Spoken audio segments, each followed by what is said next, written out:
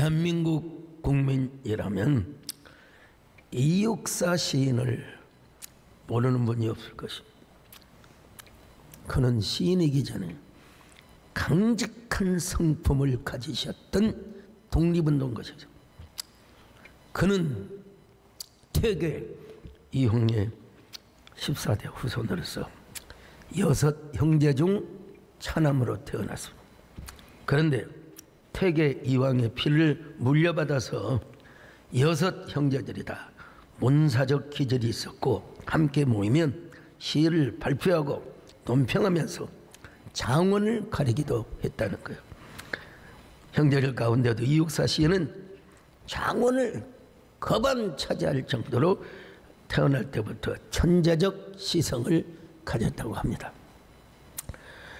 제가 안동에 있는 이육사 역사기념관에 갔습니다. 이육사 선생님의 막내따님이신 이옥비 여사에 의하면 이육사 선생님은 20년 동안 10번이나 수감을 하셨다는 것. 제가 이육사 전집을 읽어보니까 그렇더라고요. 사실 이육사의 원래 본명은 이원록인데 그가 처음에 감옥에 갇혔을 때 수감 번호가 264 이육사. 그래서 일제에 저항하는 의미로 자신의 이름을 이육사라고 했다는 거죠. 이육사 선생님의 성품이 얼마나 강직했으면 차관이 몽안학교 일기였는데 처남이 일본 경찰에 잡혀가서 온갖 매를 맞고 고문을 당하다가 이 고문을 이기지 못해서 주변 독립운동가 이름을 다 버려버렸어.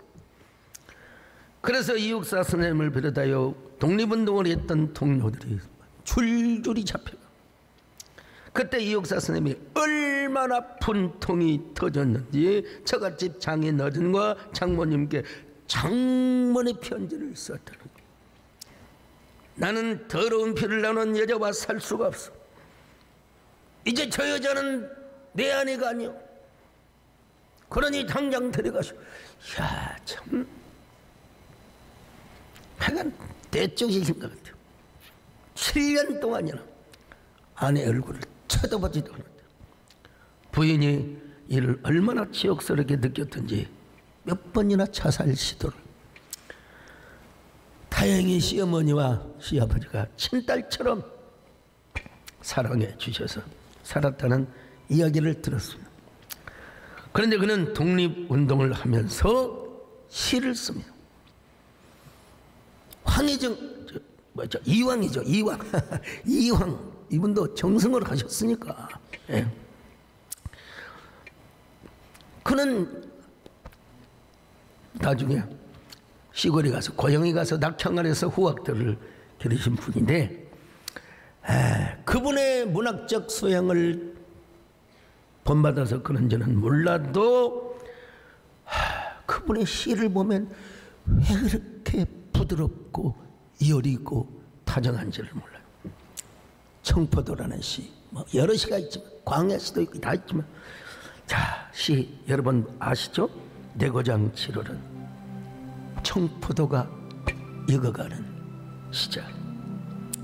이 마을 전설이 주저리 열리고 먼데 하늘이 꿈꾸며 알랄이 들어와 박혀 하늘 밑 푸른 바다가 가슴을 열고 흰 돛담배가 곱게 빌려서 오며 내가 바라는 손님은 고달픈 몸으로 청포를 입고 찾아온다 했으니 내 그를 맞아 이 포도를 따먹으면 두 손을 한푹 적셔도 좋으리라. 아이야, 우리 식탁엔 은쟁반에 하얀 무지식원을 마련해 두렴. 여러분, 이 시를 고향에 대한 그리운 서정시라고만 얘기를 하기에는 너무 좁은 시합니다. 청포도는 고향을 소절한 시인 건 맞지만은 오히려 조국의 독립을 염원할 뿐만 아니라 광복의 세계의 민족적 자유와 유토피아의 세계를 염원하는 시라고 할 수 있죠.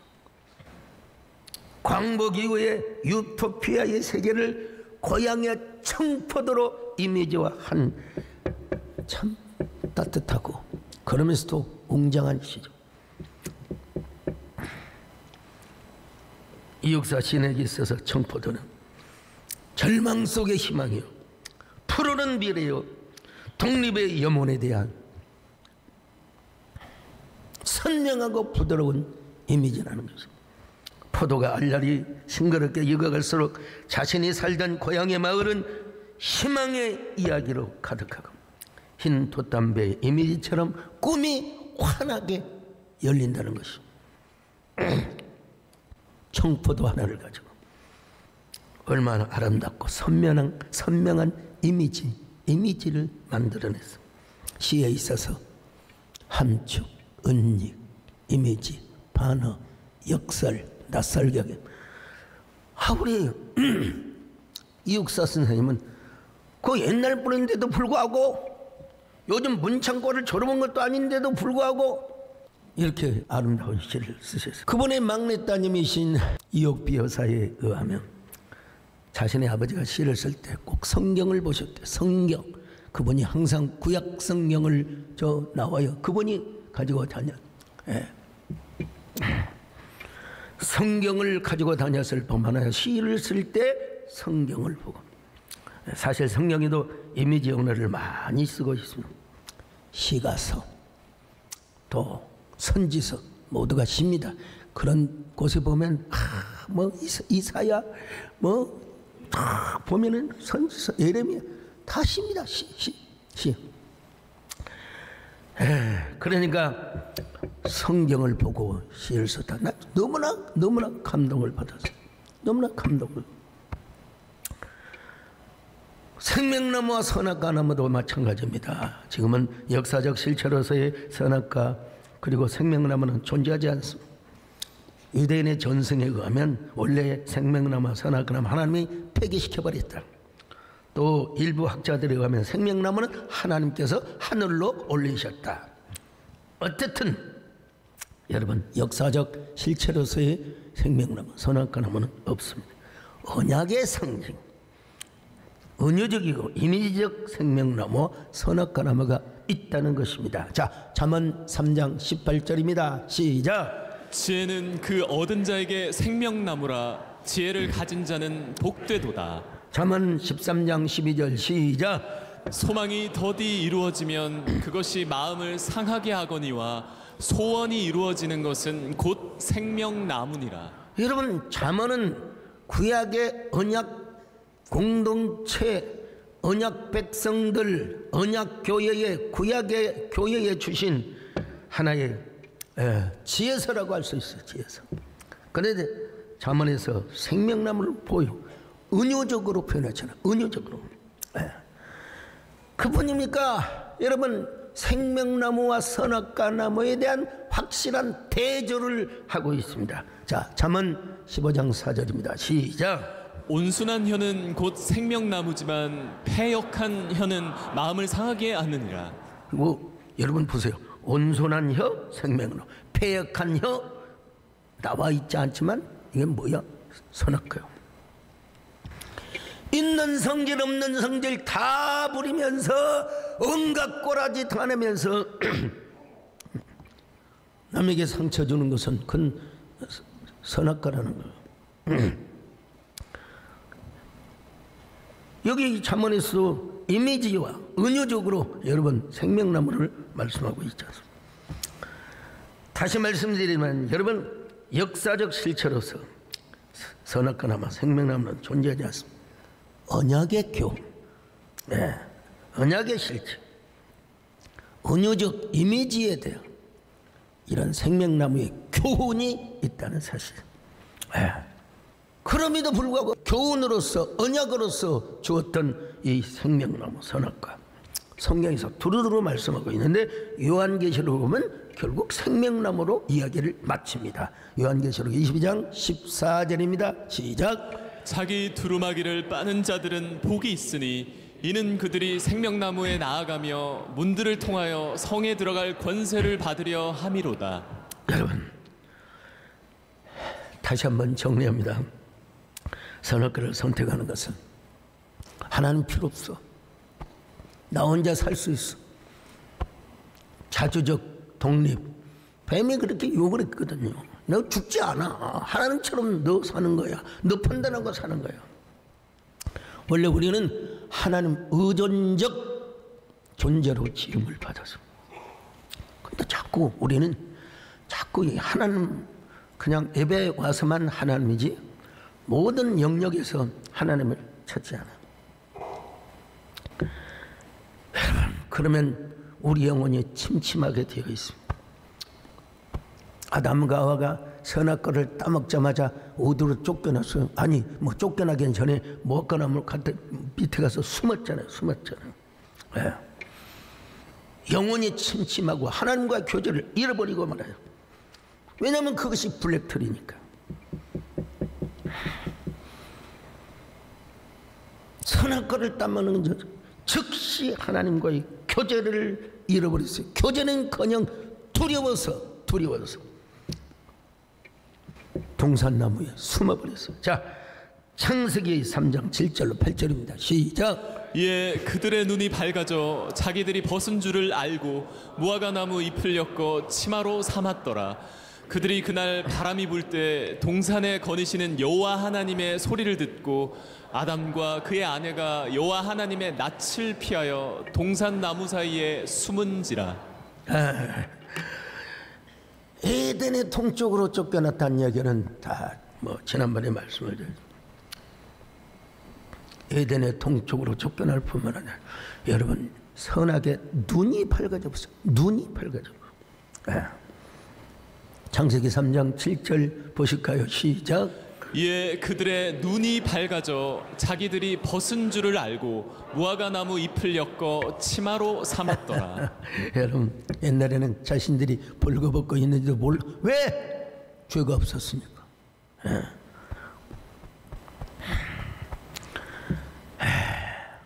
선악과를 따먹어야 눈이 밝아졌어요. 눈이 밝아져요. 여러분, 자꾸 의심의 눈, 불평의 눈, 원망의 눈. 하나님이 살아계시는데 하나님의 살아계심을 의심해 그런 선악의 눈이 떠진다는 거. 여러분, 복음에도 음지가 있고 양지가 있어요. 다 우리 예수 믿으면 구원받고 예수 믿으면 우리가 잘되고 형통하고 그런 부분이 많습니다. 그러나 여러분, 예수님 때문에 고난도 당하고 시련도 당할 수가 있잖아요. 그렇잖아요. 네. 그렇다면 교회와 목사에게 그림자가 없겠습니까? 있지요. 당연히. 키가 작은 그림자도 있고. 여러분, 근데 어떤 사람 자꾸 교회 그늘, 교회 그림자, 목사의 그림자만 보려고 하는 사람. 제가 저 미국의 알래스카 앵커리지에 여행 한 번도 못하고 집회만 하고 갔어요. 얼마나 거기 가서 정권사님 간증을 해버렸더니 우리 정권사님 또 간증 초청을 해가지고 다녀오셨어요. 세상에. 근데 저는 집회를 가는 곳마다 첫날 생명나무 한 타임으로 딱 요약을 합니다. 이 알래스카는요, 백야 현상이 있어가지고 밤 12시가 되어도 훤해본데 훤해버려. 여러분, 잠이 안 와요. 밤이 훤하니까. 그런데도 또 다음날 새벽 기도를 해야 돼요. 알래스카 가보시면 손 들어보세요. 저 앵커리지 거기 갔는데 한인들이 주로 녹용, 우리 김영선님 녹용집을 많이 하시다. 녹용집. 근데 둘째 날인가 하여간 어느 장로님이 꼭 저하고 신앙 상담을 하고 싶다고. 아우 빨리 자야 되고 새벽 집회해야 되는데, 근데 담임 목사님이 또 부탁을 해요. 그래서 제가 무슨 문제가 있습니까? 빨리 끝내려고. 그랬더니 그분이 하시는 말씀은, 목사님 생명나무에 대해 은혜 많이 받았습니다. 근데 목사님께 꼭 내가 꼭 물어볼 게 있습니다. 여쭤볼 게 있습니다. 뭔데요? 저는요, 교회 안에서 바른말 하는 은사가 있어요. 바른말 하는 은사. 제가 눈치가 9단이거든요. 당회할 때, 재직할 때 맨날 의장 그러죠? 예. 뭐가 잘못됐습니다. 예. 그렇습니다. 저는 남이 안 보이는 게 보여가지고 자꾸 이렇게 바른말 하는 은사가, 그건 은사가 아닙니다. 장로님, 그건 선악과의 노예고, 그리고 애찬의 암초입니다. 건설적 건의를 해야지. 예? 제가 말씀을 드렸어요. 유다서 1장 12절 같이 봅니다. 시작. 그들은 기탄 없이 너희와 함께 먹으니 너희의 애찬의 암초라. 옛날 시골에 그냥 여름에는 꽁보리밥만 먹다가 가을에 햅쌀밥이 나오면 진짜 아주 그냥 어쩐다고요? 죽여줘요. 참기름 넣어가지고 쌀 비빔밥 만들면 그냥 둘이 먹다가 혼자, 옛날에 그랬어요. 요즘 쌀이 흔하지만 그렇게 맛있게 먹다가 뭐예요? 돌을 확 씹어버려. 정말 이걸 뭐라고 하냐? 애찬의 암초라고 하는 거예요. 내가 애찬의 암초라니. 그 장로는 하나님 은혜로 무릎을 팍 꿇고, 목사님 기도해 주십시오. 간절히 기도해 드려. 주여, 우리 장로는 애찬의 암초가 되지 않게 하여 주옵소서. 저보다 훨씬 나이가 드셨으니까 지금 살아계신지 모르겠는데, 아무튼 마지막 날 집회 때 녹용 2개 갖고 갖고 오면서, 목사님 생명나무 선택하겠습니다. 그거 저 청군사님 끌어드렸습니다. 어쨌든 그 장로님은 참 그런 세월을 사셨더라고. 끝까지 그랬었어야 되는데 제가 알아보지도 않고. 여러분, 라이프 트리를 선택하면 그렇지가 않습니다. 여러분, 블랙 트리를 선택하니까 모든 게 네 탓이고 하나님 탓이고. 아담이 뭐라고 해서 하와를 보고, 자, 창세기 2장 23절 같이 볼까요? 시작. 아담이 이르되 이는 내 뼈 중에 뼈요 살 중에 살이라. 이것을 남자에게서 취하였은즉 여자라 부르리라 하니라. 여러분, 선악과를 따먹고 나니까 선악의 노예가 되어버린 아담이 뭐라고 하느냐? 하나님이 주셔서 나와 함께 있던 저 여자 때문에. 자, 창세기 3장 11절로 12절 시작. 이르시되 누가 너의 벗었음을 내게 알렸느냐? 내가 내게 먹지 말라 명한 그 나무 열매를 내가 먹었느냐? 자, 하와는 뭐라고 있습니까? 저 뱀이 나를 꿰어서 따먹었나이다. 13절입니다. 시작. 여호와 하나님이 여자에게 이르시되 내가 어찌하여 이렇게 하였느냐? 여자가 이르되 뱀이 나를 꿰므로 내가 먹었나이다. 아담도 책임지지 않고 하와도 책임지지 않고 회개할 줄 알아요. 회개해야 돼요. 은근하게 하나님을 원망. 그때 주여 잘못했습니다. 다시 한번 기회를 주옵소서. 뭐 역사에 if라는 건 없지만 그랬어야 되지. 그랬어요. 옛날에 해갑은 아주, 저도 우리 장로님들이 얼마 전에 해갑잔치를 해주셔서 감사합니다만, 옛날에 해갑잔치 근사하게 했잖아요. 고명하신 분들도 많이 오시고, 그 선임 장로님이 회갑잔치에 일부 예배 사회를 보시는데 존경하는 우리 담임 목사님의 회갑이란 말이 갑자기 나이가 먹으면 워딩이 안 돼. 워딩이 안 나. 우리 존경하는 담임 목사님의 육갑잔치를 맞아. 이게 바로 육갑 떠는 거예요. 자, 우리가 라이프트리 생명나무를 선택하면 완전히 삶의 차원이 달라. 예수님께서는 이 땅에 생명의 양식으로 오셨고 생명의 빛이요 생명의 음료로 이 땅에 오셨습니다. 자, 요한복음 1.9절입니다. 시작. 참빛 곧 세상에 와서 각 사람에게 비추는 빛이 있었나니.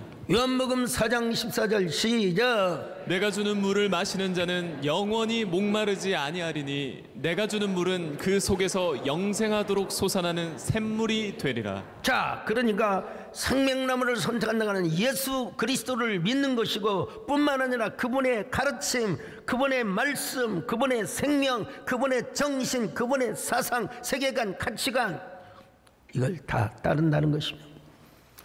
그러면 우리 안에서 요즘 강릉 저수지 오봉 때문에 40% 찼다고 하더라고. 참 하나는 은혜죠. 그래도 네.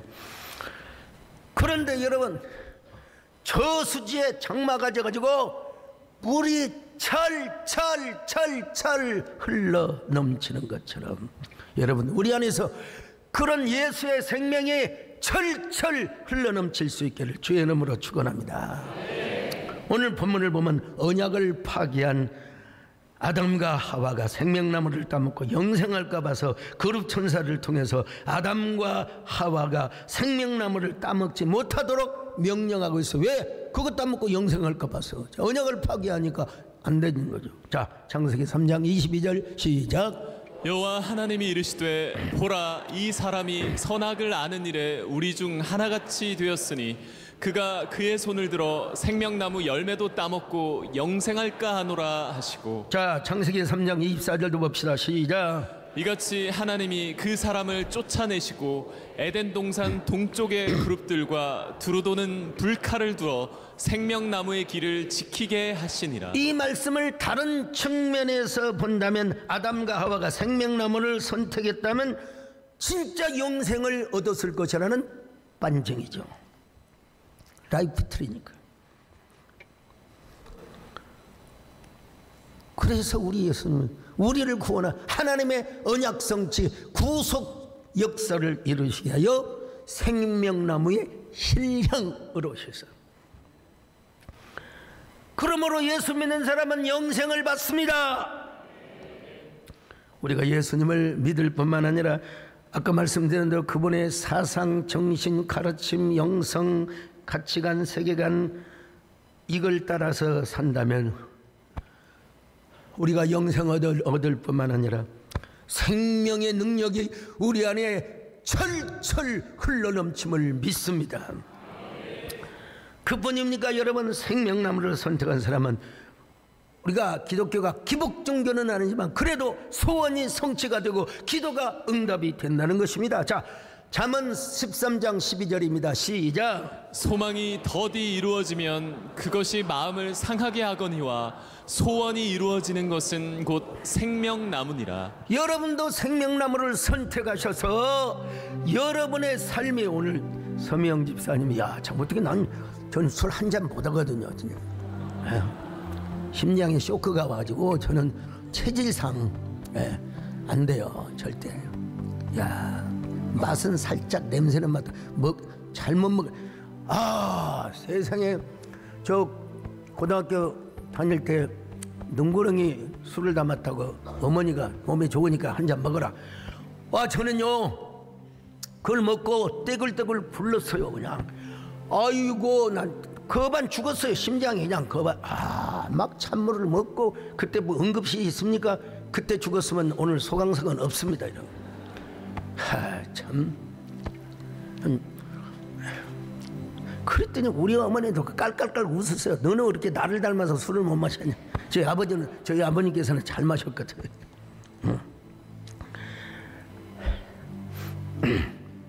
여러분도 소망이 이루어지시기를 바랍니다. 그뿐입니까 여러분? 영혼이 순결해지고 투명한 영성, 순결한 영성을 갖게 되면 이 세상에 어떤 두려움도 없다는 것입니다. 담대한 사람입니다. 아담과 하와가 선악과를 따먹고 저 동산나무 숲에 무화과나무 이파리로 선악과를 선택하니까 스스로 수치심을 느껴서 생명나무를 선택했다. 얼마나 담대했을까? 얼마나 떳떳했을까? 제 인생에 클라이막스가 몇 번 있었는데요.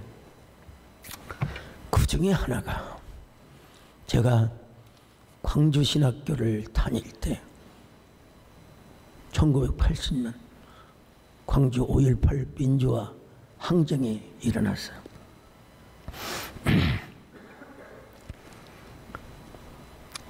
제가 여러분 당시 택시 운전사 영화를 보신 분 아시겠지만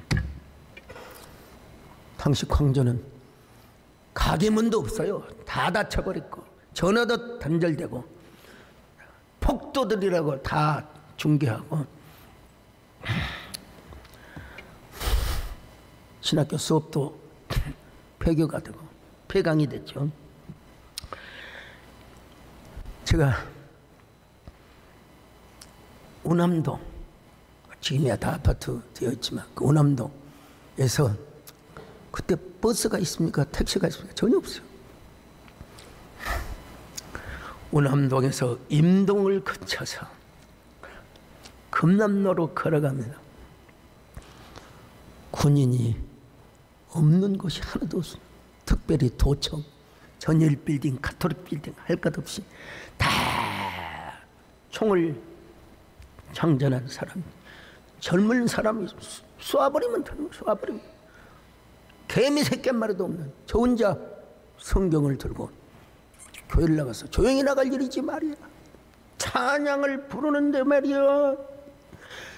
그것은 빛과 사랑이 언제나 넘치오니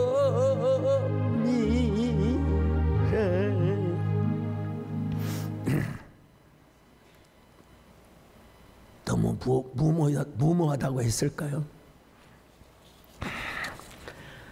간덩이가 부었는지 세상의 그 상황에서 성경 찬송을 들고 다른 데도 아니고 동네 교회도 아니고 저 조선대학교 앞에까지 걸어갔어요. 주일 예배뿐만 아니라 수요 예배까지. 제가 거의 700~800명 모인 교회 갔더니 8명인가 9명 모이더라고요. 그 교역자 사찰 집사, 그 얌전하고 선비적인 목사. 야 소강석, 너 뒤지려고 한 장이냐 이 연병을 놈아. 그분도 욕을 잘하시더라고. 오늘 우리 집에서 저거가. 아니요, 저는 기사가 편합니다.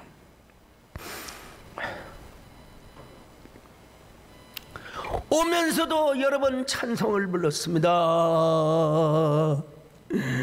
내 주여 내 발붙드사 그곳에 있게 하소서. 그것은 빛과 사랑 언제나 넘치오니.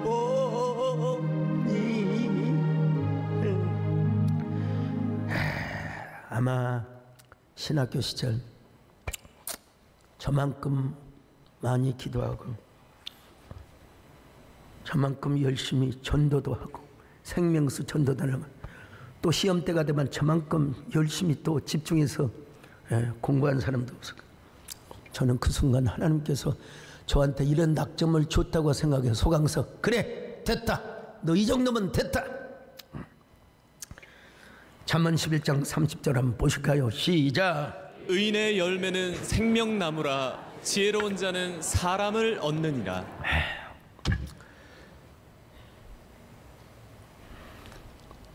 별별 없는 사람이지만, 그러니까 우리 기도하는 정권사님들 저를 인정하지 않았죠. 처음에는. 소강석을 사위로 삼으면 네 아들 노릇한다. 아이고 키가 적습니다. 놀렐루야. 그러나 세월이 흘러서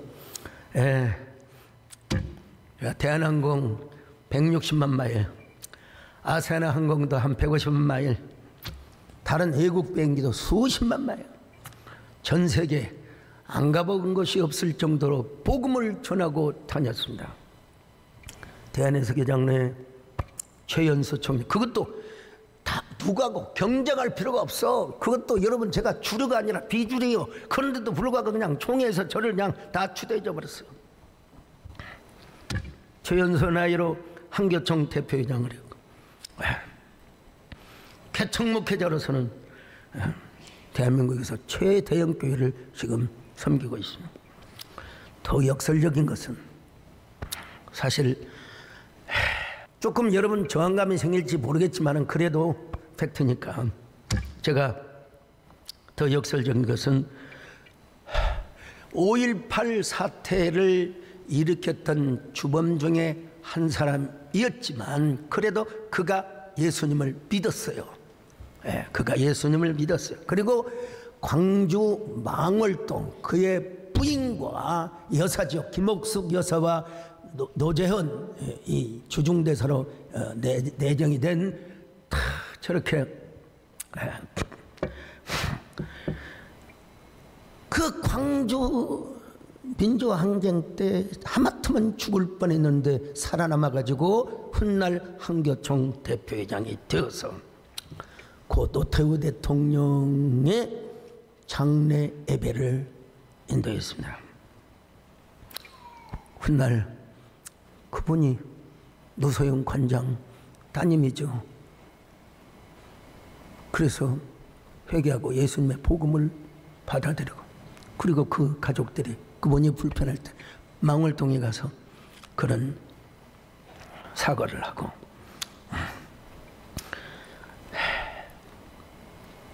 어떻게 제가 하고 싶어서 한 것도 아니고 때가 그때가 딱 맞아서 올림픽 공원에서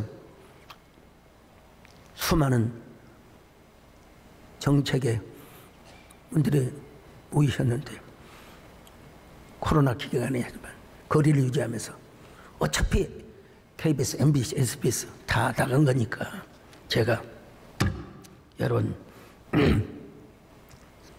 그 예배를 집례를 했습니다. 그 한번 들어보시겠습니까? 우리 예수님은 의인을 부르러 오신 분이 아니십니다. 죄인을 부르러 오셨습니다. 죄인을 불러서 회개시키기 위해서였습니다. 이를 위하여 예수님께서는 십자가에 죽으셨습니다. 이 세상에는 의인이 한 명도 없습니다. 성경은 말씀하시기를 의인은 없나니 하나도 없다고 하였습니다. 오늘 그러나 이 시대는 의인들이 너무 많아서 자신의 의로움으로 남에게 상처를 주는 상황도 많이 우리가 목도하고 있습니다. 고 노태우 대통령께서는 자신이 하나님 앞에 의인이 아니라 죄인이심을 아셨기 때문에 예수님이 필요했던 것입니다. 특별히 노소영 관장님께서 노 대통령님께 예수님을 소개시켜 드렸고, 대통령님께서는 길과 진리와 생명 되시는 예수님을 구주로 영접하셨으며 지나온 모든 삶의 과오를 회개하셨습니다. 성경 누가복음 15장을 보면은 우리 하나님께서는 집을 떠나 하나님을 떠나 다시 돌아오는 탕자를 무조건 품에 안아주신 탕부의 하나님이셨습니다. 예수님을 영접하고 회개하신, 그리고 역사와 민족 앞에 참회의 마음을 표현하신 노 대통령께서는 이제 하나님의 품으로 가셨습니다. 하나님의 따뜻한 품에서 영원한 안식과 평화를 누리시게 될 겁니다. 기독교는 영생의 종교일 뿐만 아니라 사랑과 종교 그리고 평화의 종교입니다. 동시에 기독교는 정의의 종교입니다. 모쪼록 고인의 거룩한 장례 예전을 기점으로 해서 성경 시편 85편 10절의 말씀대로 예수 그리스도 안에서 이제부터 사랑과 정의가 입맞추고 춤을 추는 화해와 통합의 새 역사가 이루어지시기를 바랍니다. 아니, 사랑과 정의의 새 역사가 우리 시대에 강물처럼 흘러넘치기를 기도합니다. 여러분, 우리 김재일 장로님 혹시 좀 저항감이 들지 않습니까? 우리 김현호 장로님 그래도 제가 국민장이었기 때문에 한계종 대표냐, 그리고 분명히 그 가족들이 다 예수님을 믿고 그래서 제가 이렇게 예배를 인도했다는 사실. 이때 우리 박종 목사님께서 또 찬양을 하셨는데요. 오늘 따님이 또 찬양을 하게 될 겁니다. 생각하면 생각할수록 하나님의 은혜가 참 크죠. 너무 반어적이고 역설적, 거기에 하마터면 총 맞아 죽을 뻔했던 사람, 또 그분이 회개하고 또 역사 앞에 또 다른 대통령과는 다르잖아요. 여러분 모두도 언제나 블랙트리가 아닌 라이프트리, 하나님께 영광 돌리는 저와 여러분이 되시고 역설적, 반어적, 영적 그런 승리의 삶을 사시기를 주의 이름으로 축원합니다. 나의 구, 나의 생명, 당신 나의 생명, 나의 사랑, 나의 소망, 당신 나의 생명. 하나님 감사합니다. 우리 모두 생명나무 주인공이 되게 하여 주시옵소서. 역설적, 반어적 삶을 살 수 있도록 함께하여 주시옵소서. 예수님의 이름으로 기도 올렸나이다.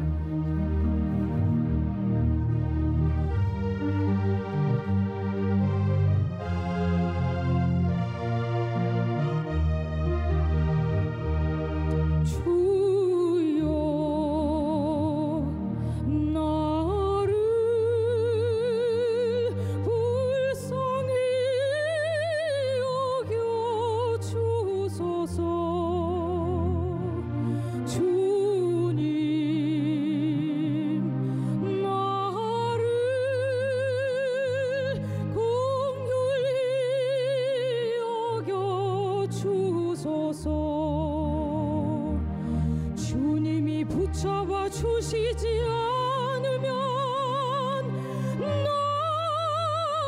허수아비.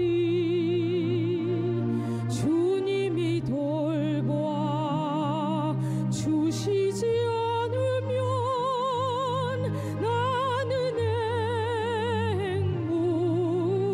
앵무새. 주님이 내 심령을 붙잡아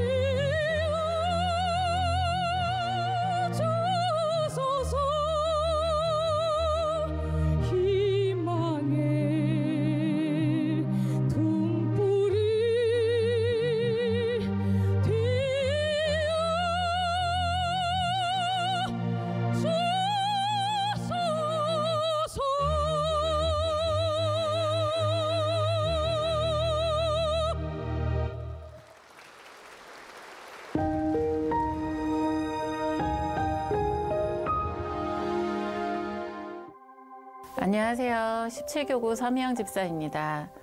늦은 나이에 결혼하고 세상 재미와 술에만 의존했던 저는 교회를 다니면서 더 이상 술이 생각나지 않았고 술을 끊을 자신이 없어 아이를 낳지 않으려고 했던 제 마음도 변화가 생겼습니다.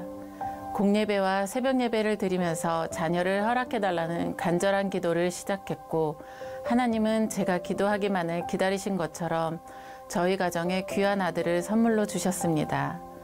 하지만 출산의 기쁨은 잠시였고 산후조리원에서부터 제 아이의 눈빛이 심상치 않음을 느꼈습니다. 아이가 자랄수록 불안한 마음은 점점 커졌고 어렵게 대학병원 진료를 받아봤지만 아직 어리니 좀 더 지켜보자고만 했습니다. 알 수 없는 불안감에 제 기도는 절박해졌습니다. 하지만 막연했던 제 예감은 자폐 스펙트럼이라는 현실이 되었습니다. 저는 엄마로서 정신을 바짝 차려야 했습니다.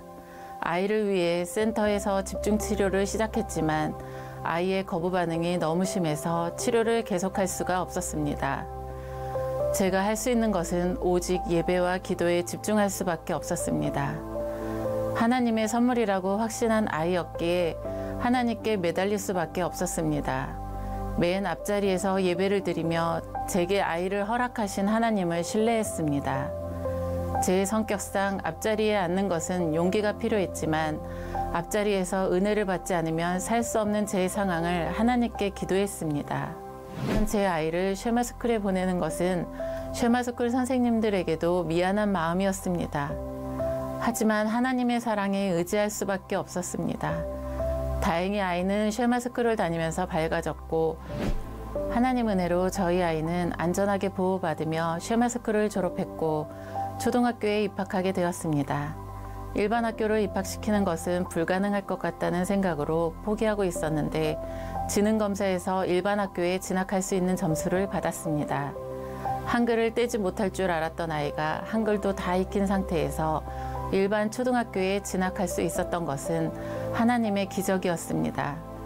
아이는 저와 함께 어린이 성경을 읽고 쓰며 한글을 공부했고 거부감 없이 한글을 익힐 수 있었습니다. 부모로서 냉정한 판단으로 일반 학교에 갈 수 있는 점수를 받지 못할 것이라고 예상했습니다. 그런데 1학년이 되면서 받아쓰기도 100점을 여러 번 받았습니다. 교구 총무라는 사명 앞에서도 할 수 없다는 부담감보다는 무조건 해야겠다는 생각으로 순종하였는데 주님 안에서 기쁨으로 낳은 아들은 하나님의 은혜로 하루하루 소중하게 잘 자라고 있습니다. 내년에는 꼭 반장선거에 나가고 싶다며 반장선거 연설도 준비하고 있습니다. 저요! 안녕하세요. 저는 1학년 2학년을 잘 극복하고 올라온 강범찬입니다. 제 장점은 끈기입니다. 저를 뽑아주시면 열심히 하겠습니다. 감사합니다. 특별한 아이를 키우고 있는 제 삶을 고백하는 것은 큰 용기가 필요했습니다. 하지만 제 삶에 역사하신 하나님의 은혜를 간증하는 것도 소중한 전도라고 생각했습니다. 고난의 순간마다 저를 예배의 자리에 부르신 하나님의 특별한 사랑을 고백하며 고난 중에도 감사할 수 있는 은혜를 허락하신 하나님께 모든 영광을 올려드립니다. 감사합니다. 우리 장로님들과 우리 모든 성도님들 하나님 다시 한번 은혜 베풀어 주시옵소서. 주 예수 그리스도의 은혜와 하나님 아버지의 사랑하심과 성령의 이루와 교통하심의 역사가 이제로부터 영원까지 함께 있을지어다. 아멘.